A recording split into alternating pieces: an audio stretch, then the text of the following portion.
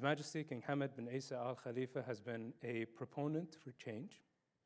We have seen how Bahrain, within the past 2 decades, moved very quickly in its progression. And with that, we've seen multiple industries being established. Entrepreneurship became one of the most important items on the government's agenda. The same is true for many of the countries of the GCC.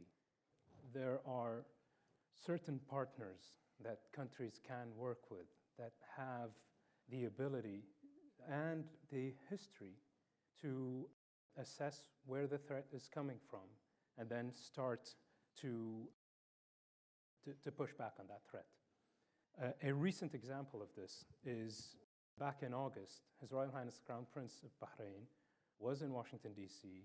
and signed a historic agreement called CICIPA. It's the Comprehensive Security, Integration, and Prosperity Agreement. When you see it at a 30,000 level view, you would think that it's bolstering our defense commitments towards one another. But why did we add a prosperity angle to it? Because we realized that AI technology is the next frontier, and we need to be working hand in glove to ensure that all the threats that are coming out of this, and that might be the new form of warfare, is being addressed. And so we have chosen to work with the United States through this pact on developing the infrastructure necessary to ensure our national. When there are revisions of relationships between nations, there come opportunities. When there is a historic transformation on the technological front, there is an opportunity.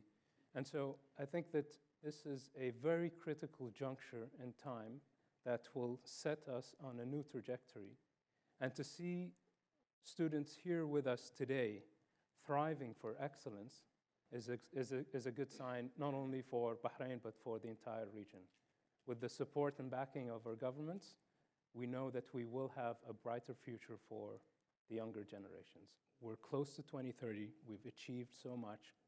Can we push it to 2050? And that was the directives that came from His Majesty the King.